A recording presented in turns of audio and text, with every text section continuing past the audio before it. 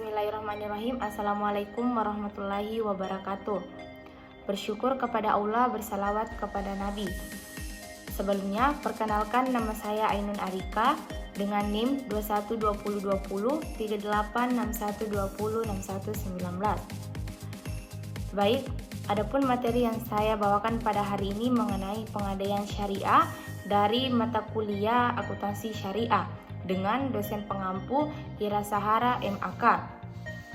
Selanjutnya, adapun topik yang saya akan bawakan pada presentasi kali ini, yang pertama itu mengenai pengertian dan prinsip serta ketentuan pengadaian syariah.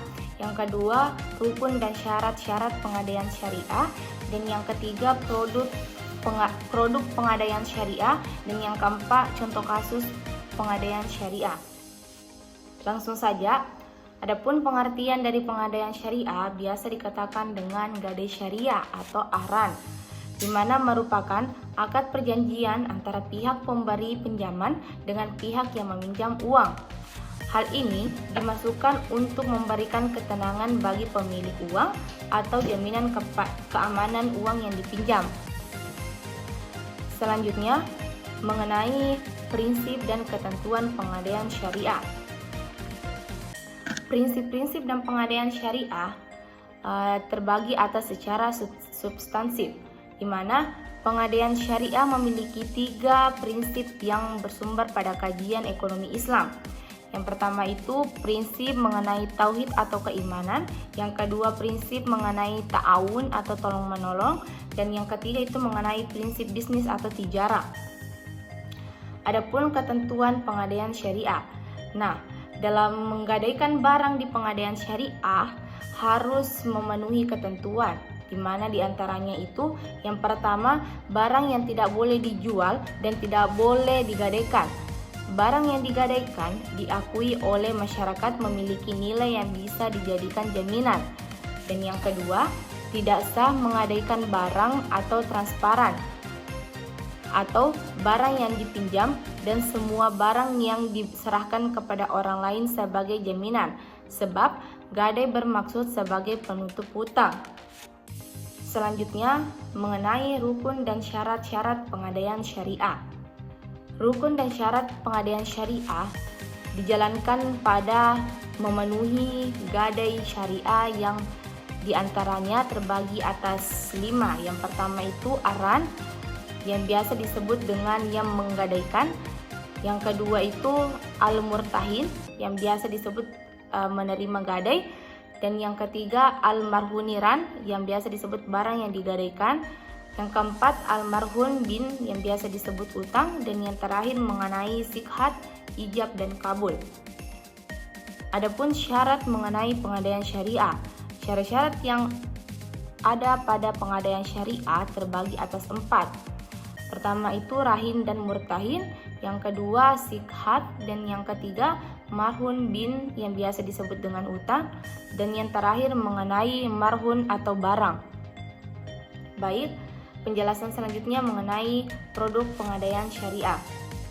Nah, pada produk pengadaian syariah sendiri cukup banyak menyesuaikan dengan kebutuhan nasabah, yang mana dapat membedakan yang mana produk konvensional pada hakikatnya atau pada akadnya. Salah satunya produk RAN atau pengadaian syariah itu terbagi atas 9 produk pengadaian syariah yang ditawarkannya. Yang pertama itu amanah, yang kedua RAN, ketiga arun BPKB, yang keempat arum emas, arum haji, RAN Hasan, RAN fleksi, RAN bisnis, serta pembiayaan pengadaian syariah atau gadai sertifikatnya. Baik, untuk topik terakhir yang saya jelaskan mengenai contoh kasus yang ada di pengadaian syariah. Di sini saya kutip dari kasus pengadaian syariah itu menyangkut tersangkanya korupsi pengadaian syariah ditahan Kejaksaan Batam, di mana diterbitkan pada Senin 6 Maret 2023 waktu atau pukul 17.28 WIB. Nah, di mana penjelasannya itu seorang tersangka kasus korupsi berinisial SN atau 32 tahun karena memanipulasi data gadai atau aktif sebanyak 66 transaksi di PT Pengadaian Kantor Cabang Syariah CI Panas atau tempatnya di Kota Batam yang ditahan Kejaksaan Negeri Batam. Kepala Seksi Pidana Khusus Kejaksaan Negeri Batam, Aji Satrio Prakoso mengatakan, dalam kasus ini tersangka sendiri adalah pegawai yang bertugas sebagai penaksir kredit di perusahaan tersebut. Jadi, tersangka berinisial SN ini hari ini ditahan karena telah memanipulasi data gadai sebanyak 66 transaksi yang sudah dimulai sejak tahun 2021 hingga 2022. Ujarnya di Batam, Kepulauan Riau. Nah, begitulah singkat mengenai contoh kasus pada pengadaian syariah yang saya kutip. Baik, itulah tadi sedikit penjelasan mengenai pengadaian syariah yang saya bawakan, yang saya presentasikan pada presentasi kali ini. Lebih dan kurangnya mohon dimaafkan. Assalamualaikum warahmatullahi wabarakatuh.